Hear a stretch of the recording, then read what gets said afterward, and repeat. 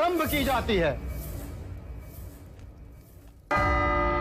अब दोनों किसान अपनी अपनी न्याय याचना लेकर महाराज के सम्मुख उपस्थित होंगे।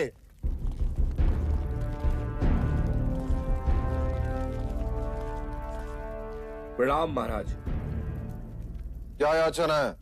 महाराज, मेरी याचना इस कुशल के विरुद्ध है। इसने मुझसे पिछले वर्ष अनाज उधार लिया था, ये कहकर कि वो अनाज इस वर्ष मुझे लौटा देगा, मगर महाराज आज तक इसने वो अनाज मुझे लौटाया ही नहीं। कैसे लौटाऊं महाराज? पिछले 2 साल से उपज नष्ट हो रही है, इस साल भी कुछ हाथ नहीं लगा। ये असत्य बोल रहा है महाराज। आप चाहे तो अपने सिपाही से पूछ सकते हैं। जब सिपाही इसे लेने आया था उस समय भी ये अपने गेहूं को तेल लगाकर उसे बोरियों में भर रहा था। महाराज, मेरे पास 2 ही बोरी गेहूं है, उसी से मैं अपने परिवार का पोषण पूरे वर्ष करूंगा। महाराज, गेहूं को तेल लगा के इसलिए रख रहा था कि वो खराब ना हो, और आपके सिपाही मुझे पकड़ के यहाँ ले आए।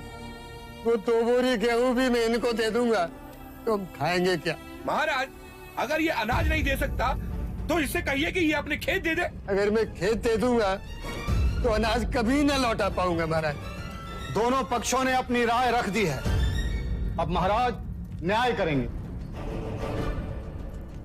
युवराज सिद्धार्थ, कुमार देवदत्त, पहले मैं न्याय दूंगा। अवश्य।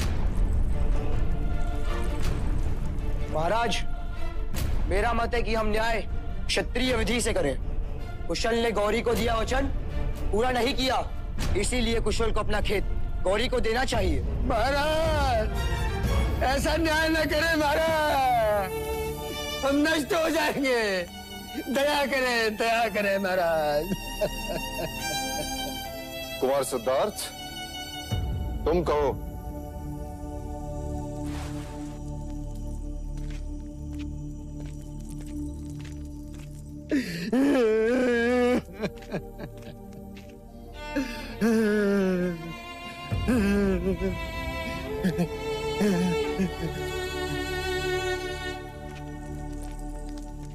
महाराज, यदि कुशल गौरी को गेहूं दे देगा तो अपने परिवार का पेट कैसे पालेगा?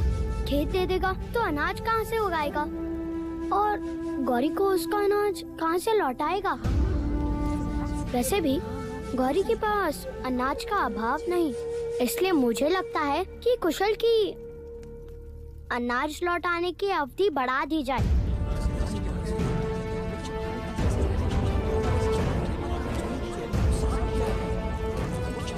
मैं देवदत्त के न्याय से सहमत हूँ।